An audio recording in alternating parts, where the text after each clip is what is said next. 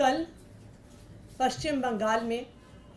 प्रधानमंत्री नरेंद्र मोदी जी ने कहा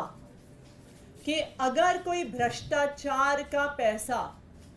ईडी के पास आता है, मनी लॉन्ड्रिंग का पैसा ईडी के पास आता है, तो वो कोई ना कोई तरीका ढूंढेंगे इस भ्रष्टाचार के पैसे को और इस मनी लॉन्ड्रिंग के पैसे को देश के गरीबों में बांटने का। उन्होंने कहा कि अगर मैं फिर से प्रधानमंत्री बनता हूं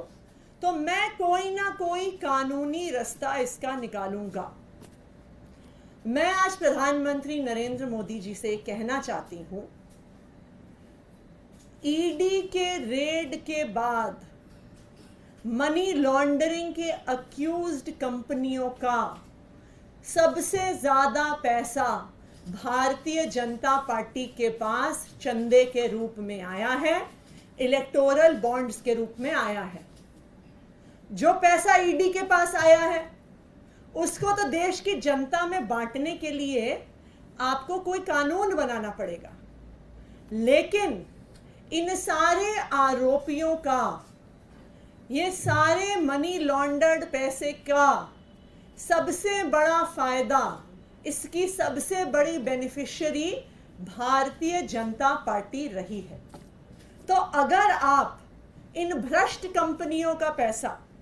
इन मनी लॉन्ड्रिंग कर रही कंपनियों का पैसा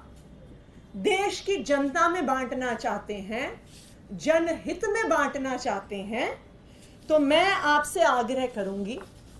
कि जो 41 ऐसी कंपनियां हैं जिन पर आईटी की रेड हुई, जिन पर सीबीआई की रेड हुई, जिन पर इन्फोर्समेंट डायरेक्टोरेट की रेड हुई और जिन्होंने 2741 करोड़ रुपए का चंदा